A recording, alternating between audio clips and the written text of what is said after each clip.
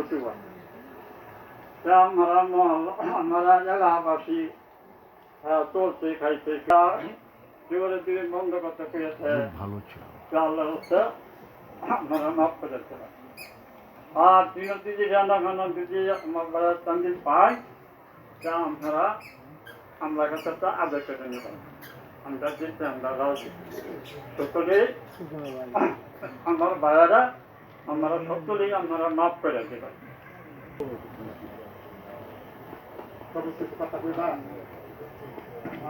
আপনারা কেউ রানা জানা পান তাহলে আমরা সাথে বলে দিবার, আমি তা দিয়ে দিব। আর আমার বাসার সাথে যারা চলাফেরা করছেন, কথা বাতা আচার আচরণে যদি কোনো বেয়াদবি হয়ে থাকে তাহলে আপনারা সবাই আল্লাহর হস্তে আমার বাসায় মাফ করে দেবেন। কথা আমার আসসালামু আলাইকুম। আলহামদুলিল্লাহ।